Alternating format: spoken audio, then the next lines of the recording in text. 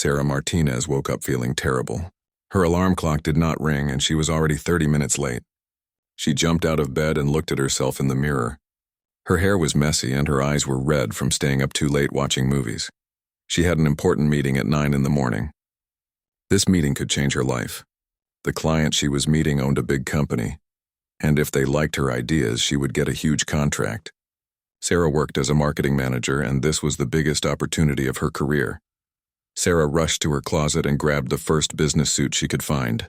It was a dark blue suit that she wore to all her important meetings. She put it on quickly and looked at her watch. It was already 8:15 and she needed to be at the office by 9. The office was 20 minutes away by car, but Sarah knew the traffic would be bad. She always stopped at her favorite coffee shop on the way to work. It was called Morning Brew, and they made the best coffee in the city. Sarah needed coffee to think clearly, especially for such an important meeting. She grabbed her purse, her laptop bag, and her car keys. Her hands were shaking a little because she was nervous and running late.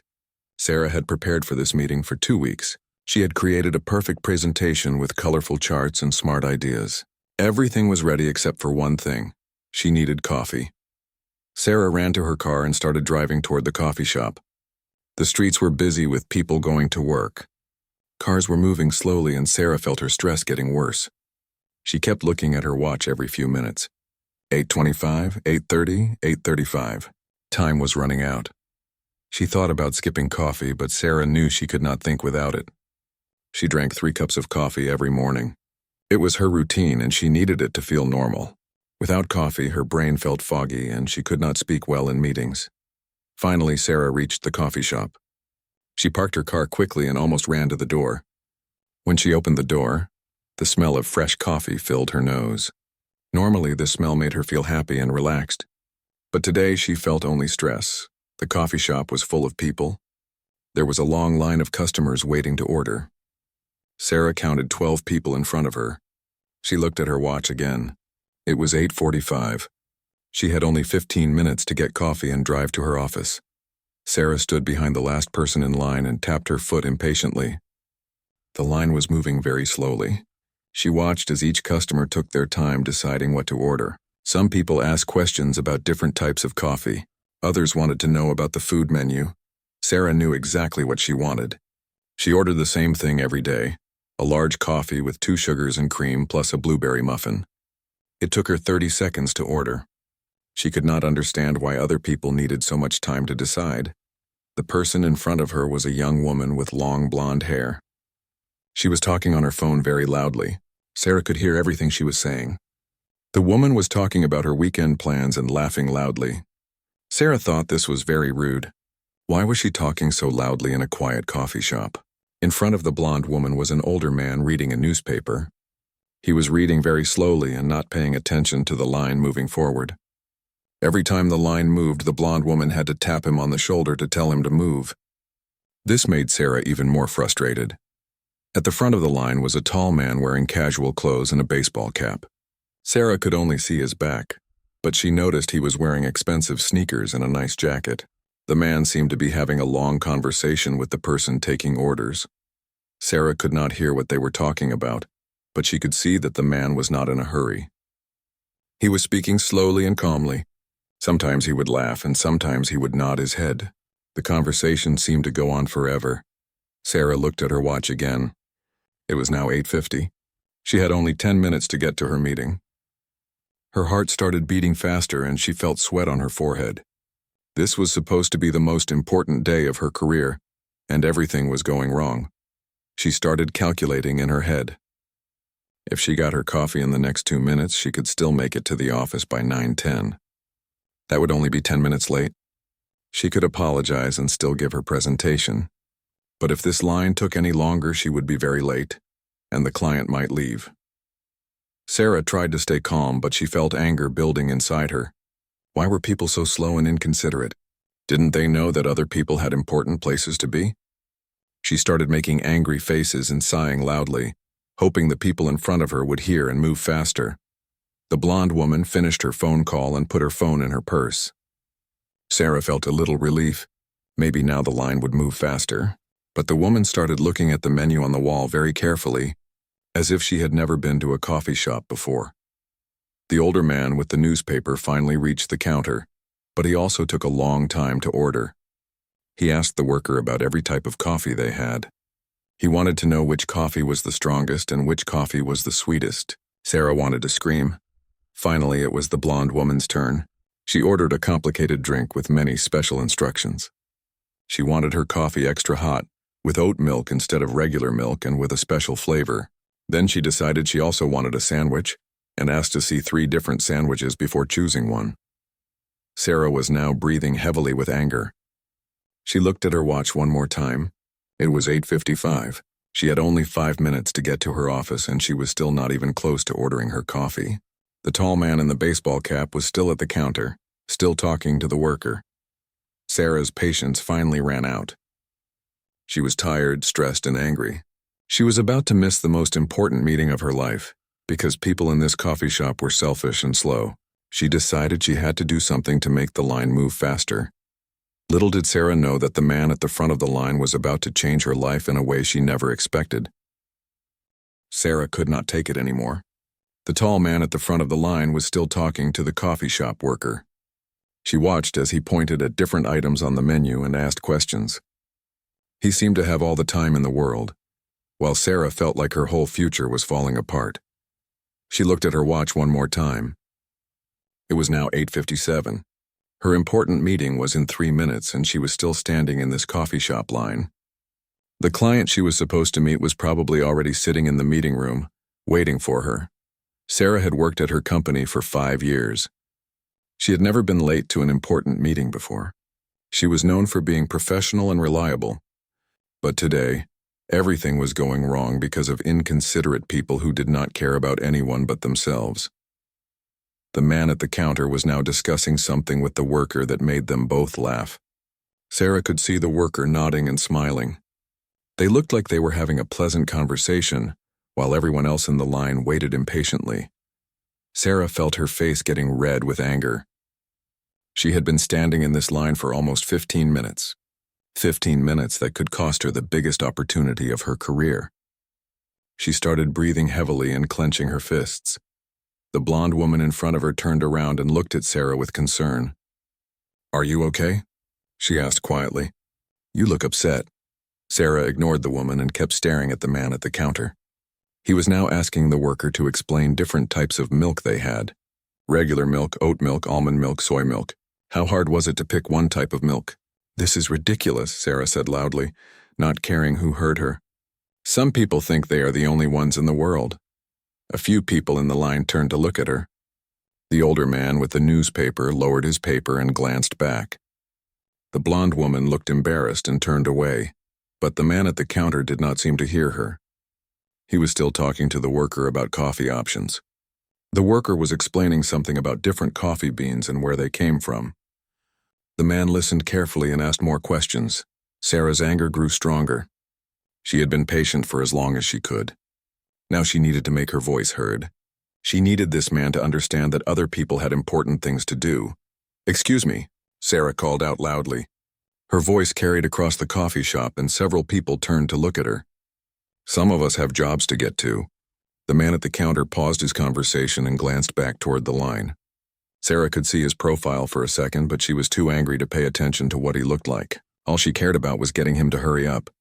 "Could you please make your decision faster?" Sarah continued, her voice getting louder. "The rest of us do not have all day to wait while you have a social hour with the staff." The coffee shop became quiet. Even the music playing in the background seemed quieter. Everyone was now looking at Sarah, but she did not care. She was beyond caring what other people thought.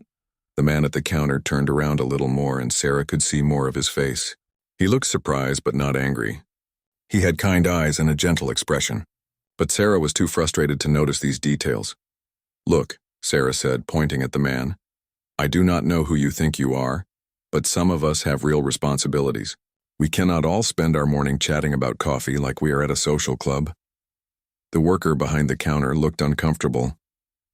She glanced between Sarah and the man, not knowing what to do. Other customers in the shop were now watching the situation unfold like it was a show. The man at the counter fully turned around to face Sarah. He was tall and well-built, with a friendly face. He was wearing a simple baseball cap, a casual jacket, and jeans. He looked like any regular person, but there was something calm and confident about him.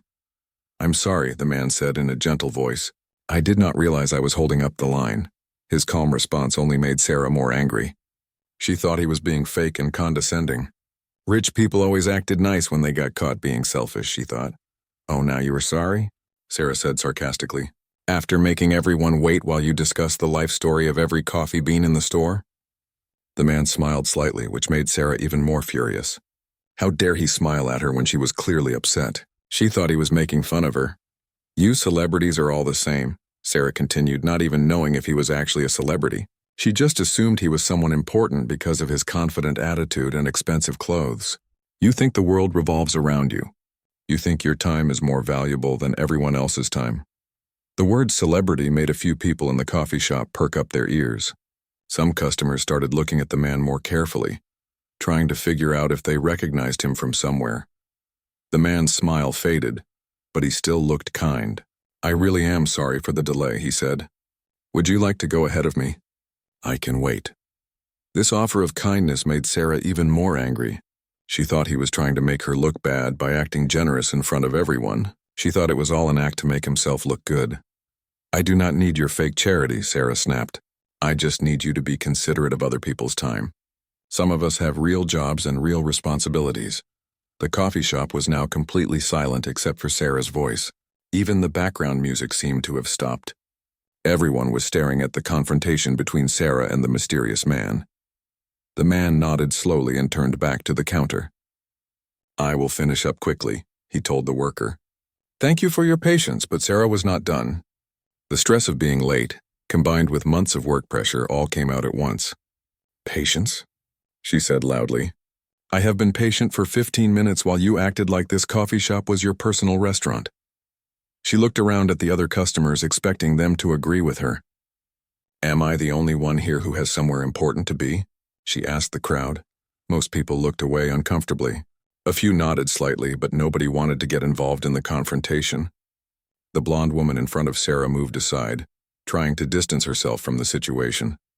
The man at the counter finished his order quickly and stepped aside to wait for his drinks. As he moved away from the counter, Sarah could see his full face for the first time. Something about him looked familiar, but she was too angry to think clearly. "Finally," Sarah muttered as she moved forward in the line.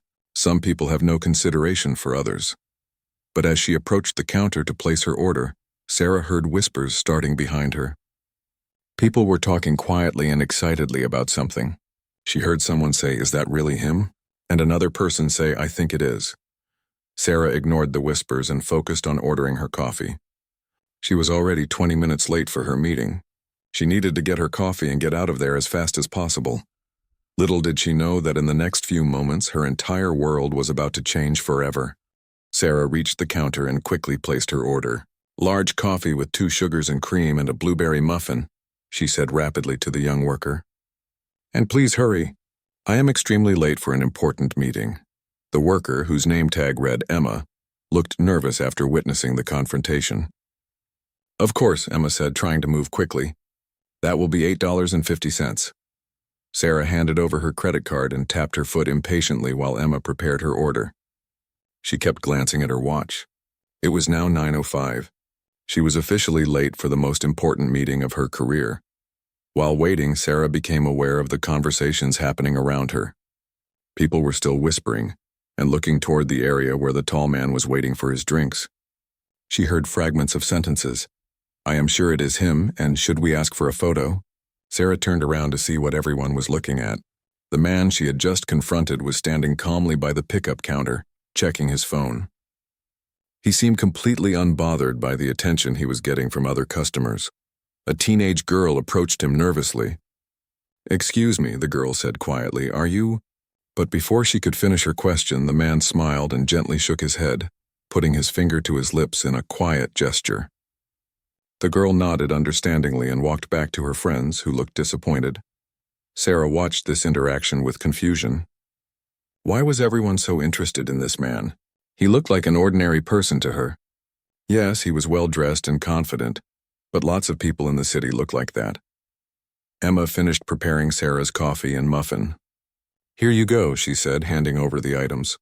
"Have a great day and good luck with your meeting." Sarah grabbed her coffee and muffin and turned to leave.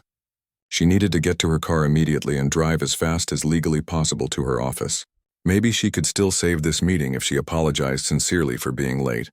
But as she walked toward the door, the man she had argued with stepped directly into her path. Sarah stopped and looked up at him with annoyance. What did he want now? Was he going to lecture her about being rude? "Excuse me," the man said politely. "I wanted to apologize again for making you late. I know how stressful it can be when you have somewhere important to be." Sarah stared at him suspiciously. Why was he being so nice after she had been rude to him? Most people would be angry or defensive after being criticized in public. But this man seemed genuinely concerned about her situation. "I really did not mean to hold up the line," he continued. "I was trying to place a large order and I wanted to make sure I got everything right. But I should have been more aware of the time and the other customers waiting."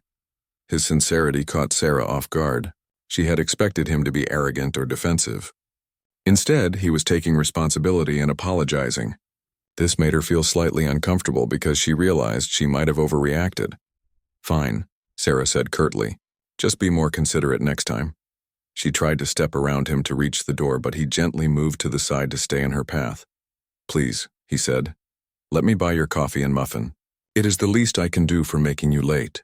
This offer made Sarah angry again. She thought he was trying to show off his money in front of everyone in the coffee shop. She thought he was trying to make himself look generous while making her look like she needed charity. "I do not need your money," Sarah said loudly. "I can buy my own coffee. I do not need help from someone who thinks he can fix everything by throwing money around." The man looked hurt by her harsh words, but he continued to speak calmly. "I am not trying to throw money around," he said. "I just feel bad that my actions made you late for something important. Is there anything else I can do to help?" Sarah could not believe what she was hearing. This man was being incredibly patient and kind, even though she had been rude to him in front of a room full of people. Most people would have walked away or argued back by now, but Sarah was too stressed and angry to appreciate his kindness. She thought it was all fake politeness designed to make him look good. She thought rich people always acted this way when they got caught being inconsiderate. "You can help by learning some basic manners," Sarah said harshly. "Some people work for a living and cannot afford to spend their whole morning discussing coffee preferences." Several customers nearby gasped quietly at Sarah's rudeness. The man's expression remained calm, but Sarah could see a flicker of sadness in his eyes. Still, he did not respond with anger or defensiveness. "You are absolutely right," the man said. "I should be more mindful of other people's schedules. I hope your meeting goes well, and again, I am truly sorry for the delay." He stepped aside and gestured toward the door, indicating that Sarah was free to leave. His continued politeness in the face of her hostility was starting to make Sarah feel uncomfortable, but she was too proud to back down now. "Thank you," Sarah said sarcastically. "Maybe next time you can have your personal chef make your coffee at home instead of treating public places like your private kitchen." As soon as these words left her mouth, Sarah heard more gasps from the other customers. Some people were now openly staring at her with disapproving expressions. A few people were even shaking their heads in disappointment. The man's face showed genuine hurt for the first time, but he quickly composed himself. "I understand you are upset," he said quietly. "I hope the rest of your day goes better." Sarah felt a small pang of guilt as she saw the sadness in his eyes, but she pushed the feeling away. She was late for the most important meeting of her life, and she did not have time to worry about this stranger's feelings. As she turned to leave, Sarah heard the teenage girl from earlier whisper to her friend, "I cannot believe she is being so mean to him. He is being so nice." Sarah ignored the comment and walked toward the door. But just as she reached for the handle, she heard Emma, the young worker behind the counter, speak in an excited, loud voice that filled the entire coffee shop. "Oh my God!" Emma exclaimed, staring at the man with wide eyes. "You are Will Smith." Sarah's hand froze on the door handle. Her entire body went cold. The coffee cup in her other hand started to shake slightly. She felt like the floor was moving beneath her feet. Will Smith, the actor, the movie star, the man she had just spent 10 minutes insulting and lecturing about manners and consideration. Sarah's mind raced as she tried to process what she had just heard. She thought about everything she had said to him. Every insult, every sarcastic comment, every accusation. And he had responded to all of it with patience and kindness. The coffee shop erupted in whispers and excitement as people confirmed Emma's identification. "It really is him," someone said. "I knew he looked familiar," said another. Sarah stood frozen at the door, unable to move forward or turn around. She could feel everyone in the coffee shop looking at her, knowing that she was the woman who had just publicly humiliated one of Hollywood's most beloved actors. Her important meeting was forgotten.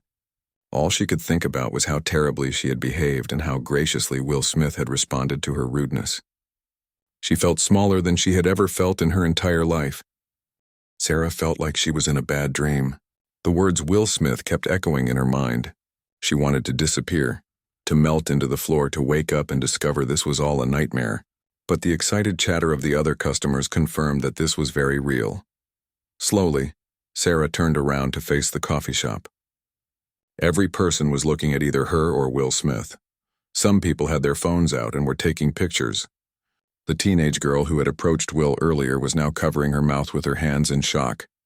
Will Smith stood calmly in the middle of all the attention. He did not look angry or embarrassed. He looked exactly the same as he had during their entire confrontation, kind, patient, and gentle. He smiled at the people taking pictures and waved politely. "Hi, everyone," Will said in his famous voice that Sarah now recognized from dozens of movies. "Please do not let me interrupt your morning. I am just here for coffee like everyone else." Sarah's face turned bright red. She felt hot and cold at the same time. Her hands were shaking so badly that she almost dropped her coffee. She had insulted Will Smith. She had called him selfish and inconsiderate. She had accused him of thinking he was better than everyone else. Emma, the young worker behind the counter, was practically jumping with excitement. "Mr. Smith, I am such a huge fan," she said. "I have seen all your movies. Can I please get a picture with you?" Will smiled warmly at Emma. "Of course," he said. "But let me get my order first and then we can take a picture." Sarah watched as Will turned back to the counter to collect his drinks. But instead of 1 or 2 cups like a normal person would order, Emma was preparing what looked like dozens of cups of coffee. There were also several large bags of pastries and sandwiches. "Wow," said the blonde woman who had been in front of Sarah in line. "That is a lot of coffee. Are you having a party?" Will laughed gently. "Something like that," he said. "I'm getting breakfast for some friends who are doing important work in the community." Sarah felt her stomach drop even further. Not only was Will Smith a famous actor who she had rudely insulted, but he was also apparently buying food and drinks for other people. He had not been taking a long time at the counter because he was selfish or inconsiderate. He had been taking a long time because he was trying to help others. A middle-aged man in a business suit approached Will. "Excuse me, Mr. Smith," the man said. "I just wanted to say thank you for all the positive messages in your movies. My kids love your films." "Thank you so much," Will replied sincerely. "That means a lot to me. What are your kids' names?" As Will engaged in friendly conversation with the man about his children, Sarah realized something else. During their entire confrontation, Will had never once mentioned who he was. He had never said, "Do you know who I am?" or "I am a famous actor." He had simply apologized and tried to be kind. Sarah thought about all the celebrities she had read about in magazines and gossip websites. Many of them were known for being rude to regular people, for demanding special treatment, for acting like they were better than everyone else. But Will Smith had done the opposite. He had been humble and apologetic even when he was being publicly insulted. More customers were now approaching Will to say hello and ask for pictures. He was polite and friendly with everyone, but Sarah noticed that he kept checking his watch. He seemed to be in a hurry, but he was still taking time to be nice to his fans. "Mr. Smith," said an elderly woman with a cane, "my granddaughter loves you so much. Could you please sign something for her?" "I would be honored," Will said, taking a napkin from the counter and borrowing a pen from Emma. "What is your granddaughter's name?" While Will was signing the napkin, Sarah heard Emma talking to another worker behind the counter. "He comes in every Tuesday," Emma said quietly. "He always orders the same big order, and he always pays for other customers' drinks too. Last week he paid for everyone in the whole shop." Sarah's heart sank even deeper. Will Smith was not only famous and kind, but he was also generous. He regularly bought coffee for strangers. He had probably been planning to pay for her coffee too, and she had rudely refused his offer. A young man with a camera approached Will. "Mr. Smith, Can I ask what brings you to this neighborhood? Are you filming a movie nearby? Will finished signing the napkin and handed it to the elderly woman. Actually, I volunteer at a shelter across the street, he said simply. I bring breakfast for the volunteers every Tuesday morning. The entire coffee shop went quiet. Sarah felt like she might faint. Will Smith was not just buying coffee for friends or coworkers. He was buying coffee for people who volunteered at a homeless shelter. He was using his own money to feed people who helped the less fortunate. That is amazing, said the young man with the camera. How long have you been doing this? About 8 months now, Will replied.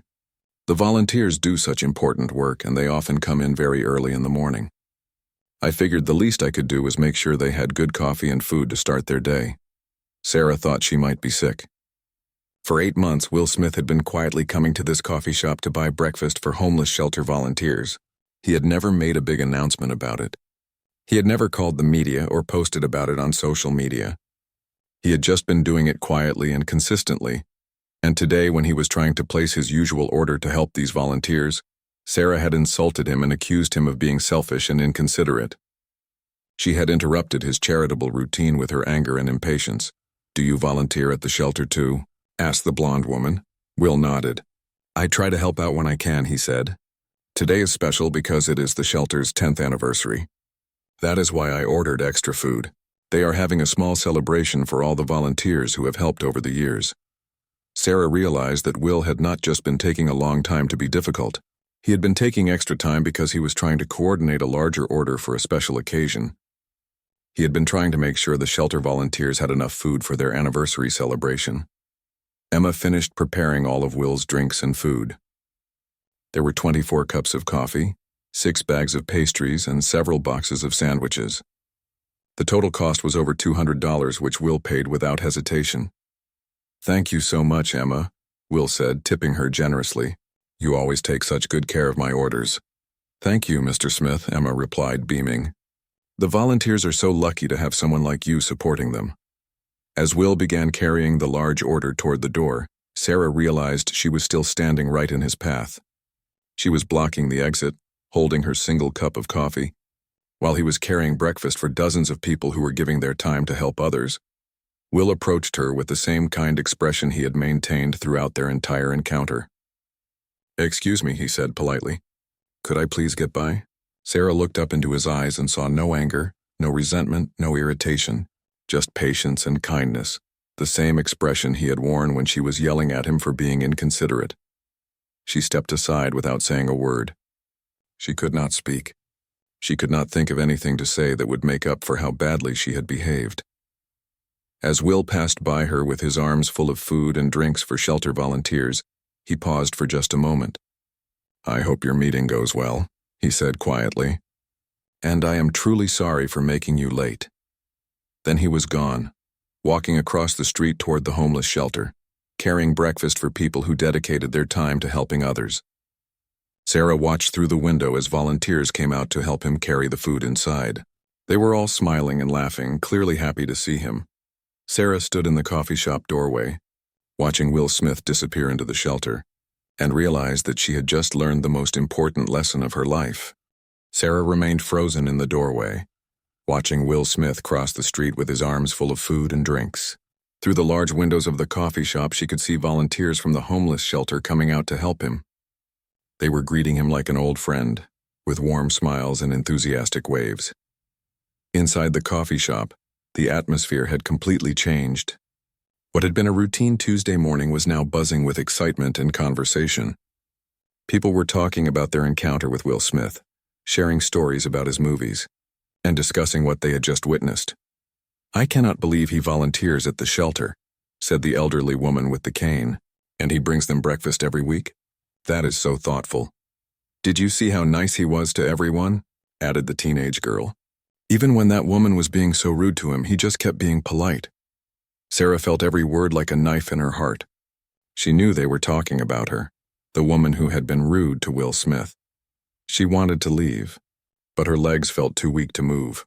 Emma, the young worker, was still glowing with excitement from meeting her idol. She was showing her co-worker the napkin that Will had signed for the elderly woman's granddaughter.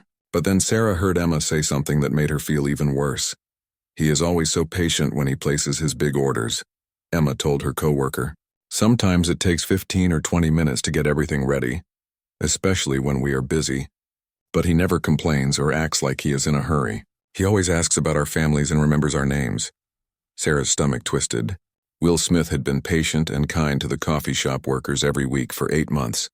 He had probably been taking extra time this morning not just because of the large order, but because he genuinely cared about the people who served him. Did you know he pays for other people's drinks? Emma continued. Last month there was a man who could not afford his coffee because his card was declined. Mr. Smith quietly paid for it without the man even knowing. He does stuff like that all the time. A businessman who had been listening to the conversation turned to Emma. How much does he usually spend here every week? He asked. Usually around $150, Emma replied. But today was special because of the anniversary, so it was more. And that is just for the shelter volunteers. He also tips us really well and often pays for other customers. Sarah did quick math in her head. If Will Smith spent $150 every week for 8 months, that was almost $5,000. $5,000 of his own money to buy breakfast for homeless shelter volunteers, with no publicity or recognition. The blonde woman who had been in front of Sarah in line was now talking to the businessman. I volunteer at different charities around the city, she said. I have never heard of any celebrity doing something like this so regularly and quietly. Most of them just write a check and take pictures for social media. That makes it even more impressive, the businessman replied. He is not doing it for attention. He is doing it because he actually cares. Sarah felt tears starting to form in her eyes. She thought about how she had accused Will of acting like the world revolved around him. In reality, he was spending his time and money to help people who had nothing. He was supporting volunteers who gave their free time to help homeless people. Through the window, Sarah could see inside the homeless shelter. Will was sitting at a table with several volunteers, and they were all eating breakfast together. He was not just dropping off food and leaving. He was staying to spend time with them, treating them like friends rather than charity cases. An older man who had been quietly reading a newspaper in the corner of the coffee shop approached the counter. Emma, he said, I have been coming to this neighborhood for years. I never knew Will Smith volunteered at that shelter. He asked us not to tell anyone, Emma replied. He said he did not want media attention to disrupt the shelter's work. He just wants to help quietly. This revelation hit Sarah like a physical blow. Will Smith had specifically asked the coffee shop workers not to publicize his charitable activities. He had been trying to keep his good deeds private, but Sarah's confrontation had forced the truth to come out in front of a room full of people. Sarah finally found the strength to move. She walked slowly to an empty table and sat down, setting her untouched coffee in front of her. She felt like she was seeing the world differently, as if someone had cleaned a dirty window and everything was suddenly clear. For years, Sarah had made assumptions about wealthy and famous people. She had believed that they were all selfish and self-centered. She had convinced herself that people with money and status did not care about regular people or those less fortunate. But Will Smith had shattered all of those assumptions in one morning. He had shown her that success and fame did not have to make someone arrogant or inconsiderate. He had demonstrated that it was possible to be wealthy and still care deeply about helping others. Sarah thought about her own life and realized something uncomfortable. When was the last time she had volunteered to help anyone? When was the last time she had done something for someone else without expecting anything in return? She donated to charity occasionally, but she had never given her time to actually help people in need.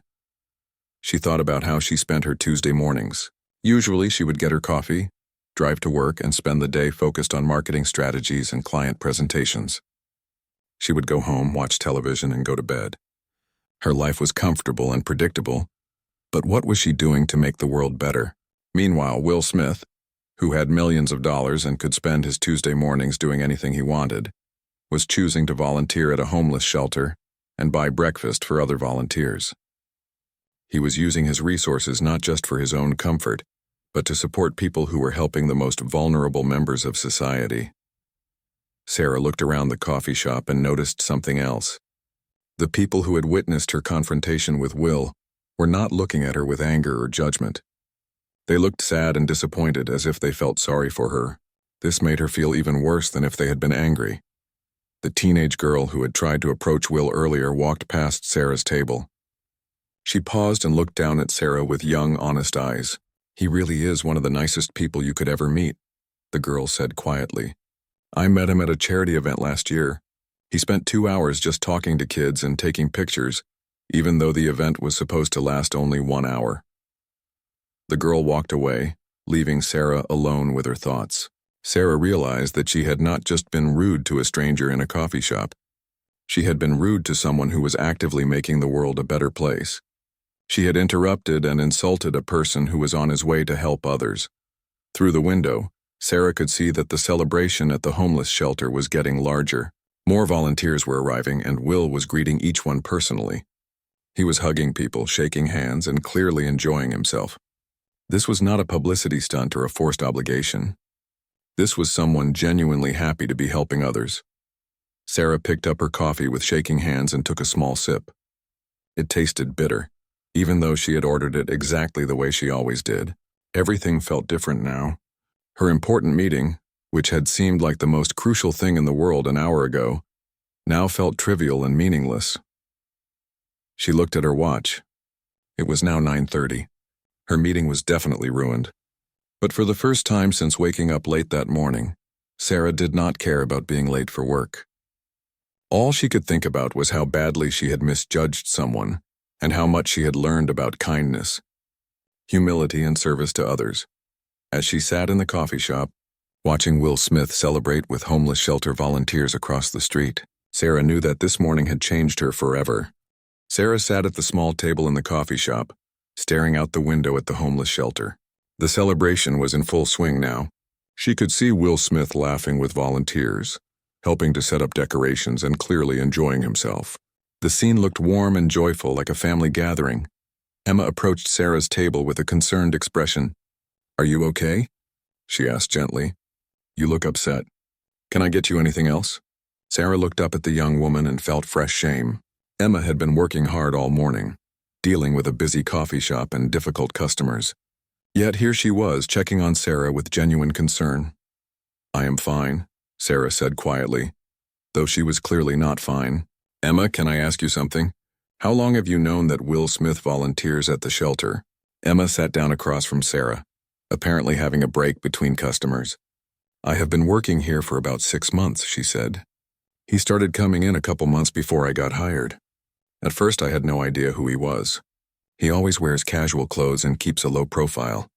"When did you realize he was famous?" Sarah asked. "Actually, it was another customer who recognized him first," Emma replied. "But when people started asking for pictures and autographs, he was always really nice about it. He never acted annoyed or like he was too important to talk to regular people." Sarah felt another wave of guilt. She had accused Will of acting like he was more important than everyone else, when in reality he had been the opposite of that stereotype. "Emma," Sarah continued, "you said he pays for other customers' drinks sometimes. How often does that happen?" Emma smiled. "Pretty often. There was this one time when a single mom came in with her 3 kids. They ordered one small coffee and asked to share a muffin because that was all they could afford. Mr. Smith was behind them in line, and when they left, he quietly asked me to prepare a big bag of food and drinks for them. He ran outside to give it to them, but he told them it was from the coffee shop, not from him." Sarah's eyes filled with tears. She thought about how she had refused Will's offer to buy her coffee, interpreting his kindness as fake charity. Meanwhile, he was regularly helping families who truly needed assistance. "Has he ever been rude to anyone?" Sarah asked, dreading the answer. Emma thought for a moment. "Never," she said firmly. "I have seen him when the coffee shop was really crowded and people were impatient. I have seen him when his order got messed up. I have even seen him when other customers recognized him and got really excited and loud. He is always patient and kind." Sarah buried her face in her hands. "Emma, I was so horrible to him. I said terrible things. I accused him of being selfish and inconsiderate when he was actually doing something beautiful." "Hey," Emma said softly. "We all have bad days. We all say things we regret when we are stressed. But he did not have a bad day," Sarah replied. "Even when I was being awful to him, he stayed calm and kind. He even apologized to me. He tried to buy my coffee." "How is that possible?" Emma was quiet for a moment, then she said, "My grandmother always told me that you can tell a lot about a person by how they treat people who cannot do anything for them. Mr. Smith treats everyone the same way, whether they are famous or not, whether they have money or not. Sarah looked back out the window. Will was now helping to clean up after the breakfast celebration. He was collecting empty cups and plates just like any other volunteer. There was nothing in his behavior that suggested he thought he was special or different from the other people there. "Emma, do you know what kind of work the shelter does?" Sarah asked. "They do a lot," Emma replied. "They provide meals, help people find jobs, offer counseling services. During the winter, they stay open 24 hours a day so people have a warm place to sleep. The volunteers who come here for breakfast are usually the ones who work the early morning shifts." Sarah thought about this. Will Smith was buying breakfast for people who woke up early to help homeless individuals. These volunteers were probably tired from working overnight shifts or coming in before their regular jobs. Will was making sure they had good food and coffee to keep them going. "How many volunteers usually get the breakfast he brings?" Sarah asked. "It depends on the day, but usually around 20 to 25 people," Emma said. "Today was special because of the anniversary, so there were more." Sarah did more math in her head. Will Smith was spending around $6 per person every week for 25 people. That was $150 per week, which Emma had mentioned earlier. But it was not just about the money. It was about the time and thought he put into it. "Does he ever miss a Tuesday?" Sarah asked. "Very rarely," Emma said. "I think he has missed maybe 3 Tuesdays since I started working here. Once he was filming a movie in another city, and twice he was sick. But even when he was sick, he called the coffee shop to make sure someone else could bring breakfast to the volunteers." This detail made Sarah feel even worse. Will Smith's commitment to the shelter volunteers was so strong that he arranged for their breakfast even when he could not be there personally. This was not a casual hobby or a publicity stunt. This was something he truly cared about. A new customer entered the coffee shop and Emma excused herself to return to work. Sarah was alone again with her thoughts and her growing understanding of what she had done. She thought about her own morning routine. Sarah usually spent 15 minutes deciding what to wear, 10 minutes choosing what to have for breakfast, and at least 5 minutes checking social media on her phone. She spent more time on her appearance and entertainment than Will Smith spent on charitable activities that helped dozens of people. Sarah also realized something else about her behavior that morning. She had been so focused on her own problems and her own schedule that she had not considered anyone else's situation. She had assumed that Will was being selfish, when in reality she had been the selfish one. The businessman who had been asking questions about Will's charitable activities sat down at the table next to Sarah's. "Excuse me," he said. "I could not help but overhear your conversation with the young lady who works here. Were you the person who was arguing with Will Smith earlier?" Sarah nodded miserably. "Yes, that was me.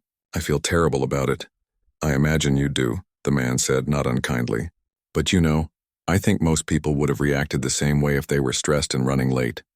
The difference is that most of us would never have the chance to learn what we learned today." "What do you mean?" Sarah asked. "I mean, we got to see how a truly good person responds to conflict," the businessman explained. "I have been in business for 30 years, and I have met a lot of successful people. Most of them would have responded to your criticism with anger, or by using their status to make you feel small. Will Smith did neither of those things." Sarah nodded. "He was incredibly gracious. I do not understand how someone can be that patient and kind." "I think," the businessman said thoughtfully, "it comes from having a purpose bigger than yourself. When you are focused on helping others, you do not take personal attacks as seriously. Your ego is not as fragile because your self-worth comes from service, not from what other people think of you." This observation hit Sarah deeply. She realized that her angry reaction in the coffee shop had come from her own insecurity and self-centeredness. She had been so worried about her own image and success that she had lashed out at someone who was actually living a life of service. Through the window, Sarah could see that the celebration at the shelter was winding down. Will was shaking hands with volunteers and saying goodbye. He looked happy and fulfilled, like someone who had spent his morning doing exactly what he wanted to be doing. As Sarah watched him, she realized that she wanted to feel that way too. She wanted to be the kind of person who made others feel better, not worse.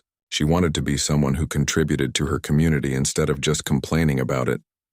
But most of all, she wanted to find a way to make up for the terrible first impression she had made on one of the kindest people she had ever encountered. Sarah was still sitting at the table, lost in her thoughts, when she saw Will Smith leaving the homeless shelter. He was walking back toward the coffee shop, probably to pick up his car or say goodbye to Emma and the other workers. Sarah's heart started beating faster. Part of her wanted to hide or leave through the back door if there was one. She did not know how she could face him again after everything she had said. But another part of her knew that she needed to apologize properly. As Will approached the coffee shop entrance, Sarah made a quick decision. She stood up and walked toward the door, intercepting him just as he was about to enter. "Mr. Smith," she said quietly, her voice shaking, "could I please speak with you for just a moment?" Will stopped and looked at her with the same kind expression he had maintained throughout their entire encounter. "Of course," he said simply. Sarah took a deep breath. "I owe you a huge apology. I was incredibly rude to you this morning, and I had no right to speak to you that way. I was stressed about being late for a meeting, but that is no excuse for my behavior." Will listened patiently as she continued. "I learned about what you do here, about the shelter volunteers, about how you help people every week. I realized that while I was accusing you of being selfish, you were actually being the opposite. I am deeply sorry." "Thank you for saying that," Will replied gently, "but you really do not need to apologize. Everyone has difficult mornings and everyone gets stressed sometimes. I understand." His kindness made Sarah's eyes fill with tears again. "How can you be so gracious?" she asked. "I said horrible things to you. I accused you of thinking you were better than everyone else, when actually you are better than everyone else. Not because you are famous, but because of how you treat people." Will smiled sadly. "I am not better than anyone," he said. "I am just trying to use the opportunities I have been given to help others." "That is what we are all supposed to do, is it not?" Sarah was struck by his humility. Even now, when she was praising him, he was redirecting the focus away from himself and toward the broader idea of service to others. "Mr. Smith," Sarah said, "I know this might sound strange, but meeting you today has changed something in me.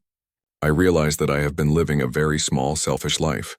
I spend all my time thinking about my own problems and my own success, but I never think about how I can help other people." Will's expression became more serious and interested. "That is not strange at all," he said. "I think a lot of people feel that way. The good news is that once you realize it, you can start to change it." Sarah nodded. "I was wondering, is there any way I could help with what you do here? I know I do not deserve it after how I treated you, but I would like to do something meaningful with my time." Will's face lit up with genuine enthusiasm. "Actually," he said, "the shelter is always looking for volunteers. They need people to help with meals, job training programs, counseling services, and administrative work." "What kind of work do you do?" "I am a marketing manager," Sarah replied. "I help companies develop advertising strategies and reach new customers." "That is perfect," Will said excitedly. "The shelter has been trying to increase awareness about their programs and raise more money, but they do not have anyone with marketing experience. They could really use your help." Sarah felt a spark of hope. Maybe she could turn this terrible morning into something positive. Maybe she could use her professional skills to help people instead of just making money for corporations. "I would love to help," Sarah said. "But first I want to ask you something else. I know you probably get requests like this all the time, but would you let me buy your coffee next Tuesday? I want to contribute to what you do here, even in a small way." Will looked touched by her offer. "That is very thoughtful," he said, "but you do not need to do that. The important thing is that you want to help." "Please," Sarah insisted. "I need to do something to make up for this morning. Let me contribute to the breakfast for the volunteers next week." Will considered this for a moment, then smiled. "Okay," he said, "but only if you come with me to meet the volunteers and see what they do. I think you would really enjoy meeting them." Sarah felt a wave of gratitude. Not only was Will forgiving her rudeness, but he was also inviting her to be part of something meaningful. "I would be honored," she said. Will reached into his pocket and pulled out a business card. But instead of his own card, it was a card for the homeless shelter. "Here is the information for the volunteer coordinator," he said. "Her name is Maria, and she is amazing. Tell her I sent you, and she will help you get started." Sarah took the card with trembling hands. "Thank you so much," she said. "I promise I will not let you down." "I know you will not," Will said confidently. "And Sarah, that is your name, right? I heard the barista use it earlier. I want you to know that I am not upset about this morning. People show their true character not when things are easy, but when they are difficult. The fact that you are here apologizing and wanting to help shows me what kind of person you really are." Sarah was crying now, but they were tears of gratitude rather than shame. "How do you know my name is Sarah?" she asked. Will smiled. "I heard you talking to Emma about your meeting. Speaking of which, is your meeting completely ruined or is there still time to salvage it?" Sarah looked at her watch. It was now 10:15. "It is definitely ruined," she said. "But honestly, I do not care anymore.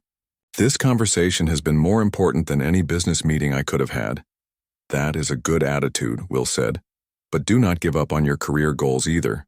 There is nothing wrong with being successful in business as long as you also remember to help others along the way." Just then, Emma came out of the coffee shop carrying a cup of coffee and a small bag. "Mr. Smith," she said, "you forgot your personal order." "I made your usual. Black coffee with 1 sugar. Will took the coffee and thanked Emma, then turned back to Sarah. "Actually," he said, "I have an idea. Would you like to have this coffee? It is exactly how you ordered yours earlier. Black coffee with 2 sugars and cream, right?" Sarah stared at him in amazement. "You remembered my coffee order?"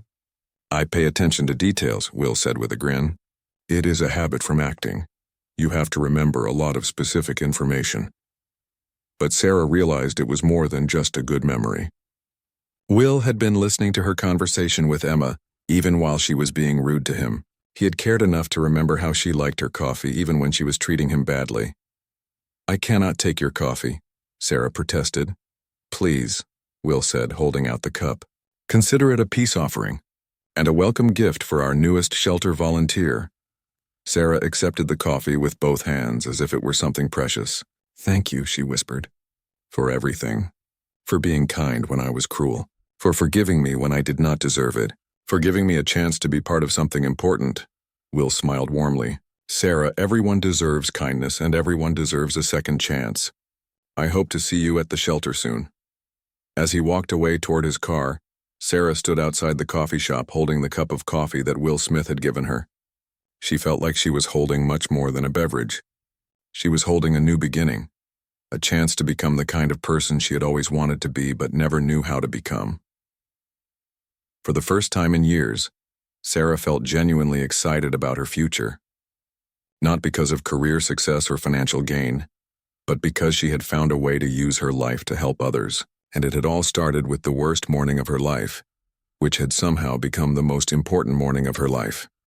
3 months had passed since that Tuesday morning in the coffee shop, and Sarah's life had changed in ways she never could have imagined. She was standing in the same spot where she had first confronted Will Smith. But everything felt different now. Sarah no longer rushed through her morning routine, stressed and angry about being late. Instead, she woke up early every Tuesday with excitement, knowing that she would be spending her morning helping others at the homeless shelter. That first Tuesday after meeting Will, Sarah had been nervous about going to the shelter. She had called in sick to work and spent the day meeting Maria, the volunteer coordinator that Will had mentioned. Maria was a woman in her 50s who had been running the shelter's programs for over 15 years. "Will told me about your conversation," Maria had said with a warm smile. "He said you have marketing experience and want to help us reach more people." Sarah had expected to feel awkward or out of place at the shelter, but the opposite happened.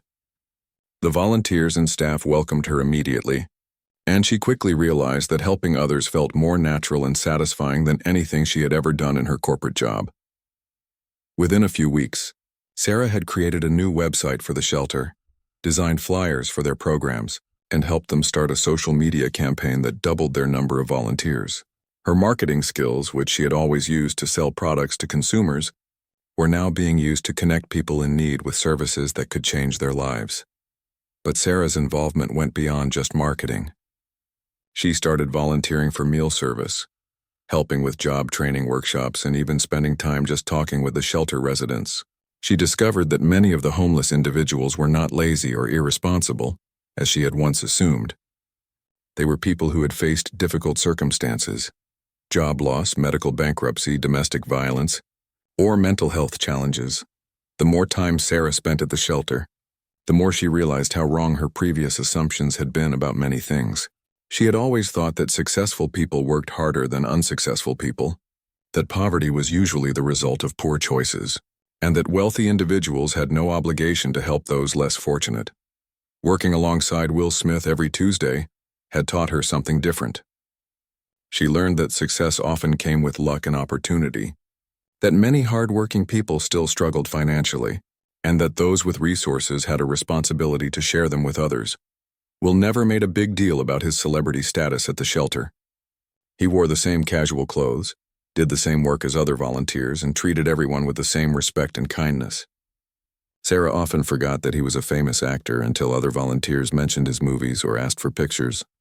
"You know," Will had told her one Tuesday while they were serving breakfast, "when I first became successful, I thought helping others meant writing checks to charities. But actually being here, actually meeting people and working with them, that is what really changes you."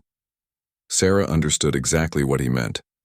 Writing a donation check felt good for about 5 minutes, but spending time with people who were struggling, learning their stories, and seeing how small acts of kindness could make a huge difference, that satisfaction lasted much longer. The shelter's anniversary celebration had become a monthly tradition, thanks partly to Sarah's marketing suggestions. Every month they held a small event to celebrate volunteers, recognize achievements by shelter residents, and raise awareness about their programs. Local businesses had started donating food and supplies, and more volunteers were joining every week. Sarah's relationship with her regular job had also changed.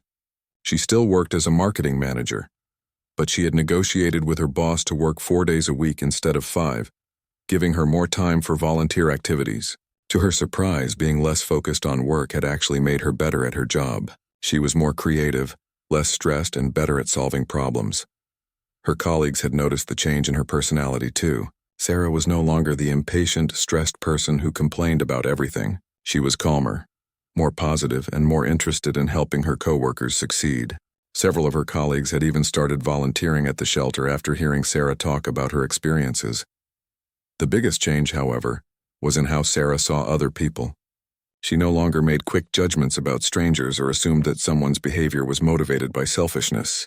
The coffee shop incident had taught her that she usually did not know the full story about anyone's life or circumstances. Just last week, Sarah had been in line at a grocery store when an elderly man in front of her was having trouble with his payment card. Instead of getting frustrated like she would have in the past, Sarah had offered to help. It turned out that the man was buying groceries for his disabled neighbor and was confused about using the neighbor's benefit card. Sarah had helped him figure out the payment system and even helped him carry the groceries to his car. "You are very kind," the elderly man had told her. Most people would have been annoyed by the delay. Sarah had smiled, thinking about how she would have reacted just a few months earlier. "Everyone needs help sometimes," she had replied.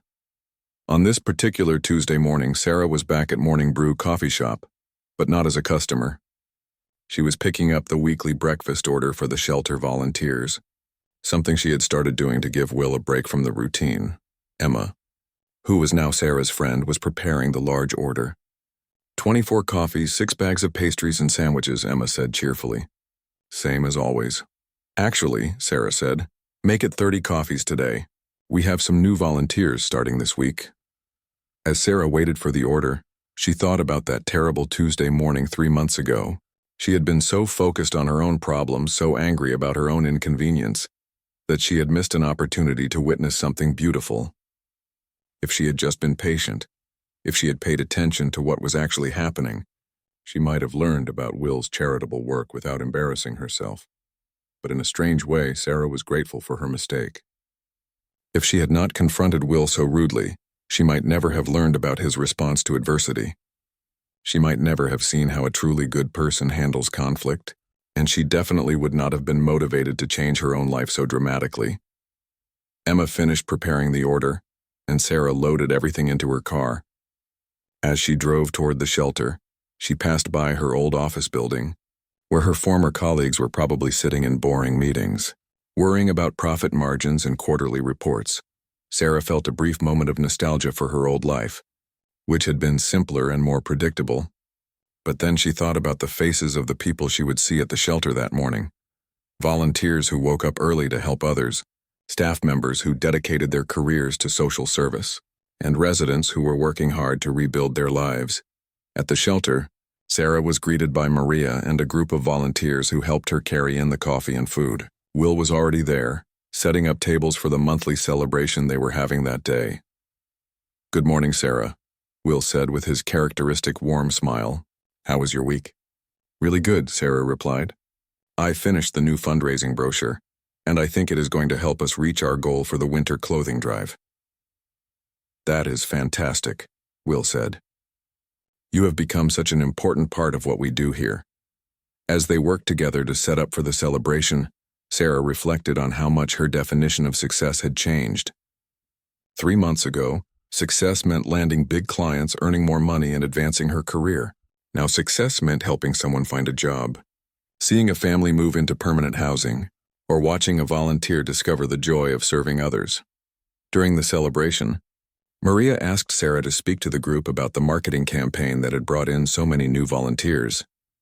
As Sarah stood in front of the crowd, she saw faces of people from all different backgrounds: business executives, retired teachers, college students, stay-at-home parents, all united by their desire to help their community. "When I first came here 3 months ago," Sarah began, "I thought I was doing the shelter a favor by volunteering my marketing skills. But I quickly realized that this place was doing me a much bigger favor. It was giving me a purpose and showing me what real success looks like." After the celebration, as Sarah was cleaning up, she found Will sitting alone at a table, looking thoughtful. "What are you thinking about?" she asked, sitting down next to him. "I was thinking about how one conversation can change everything," Will replied. That morning in the coffee shop could have just been an unpleasant encounter that we both forgot about. Instead, it became the beginning of something really meaningful. Sarah nodded. "I think about that morning a lot. I was so focused on getting to a meeting that I thought would change my life. Turns out the real life-changing moment was happening right in front of me and I almost missed it." "But you did not miss it," Will pointed out.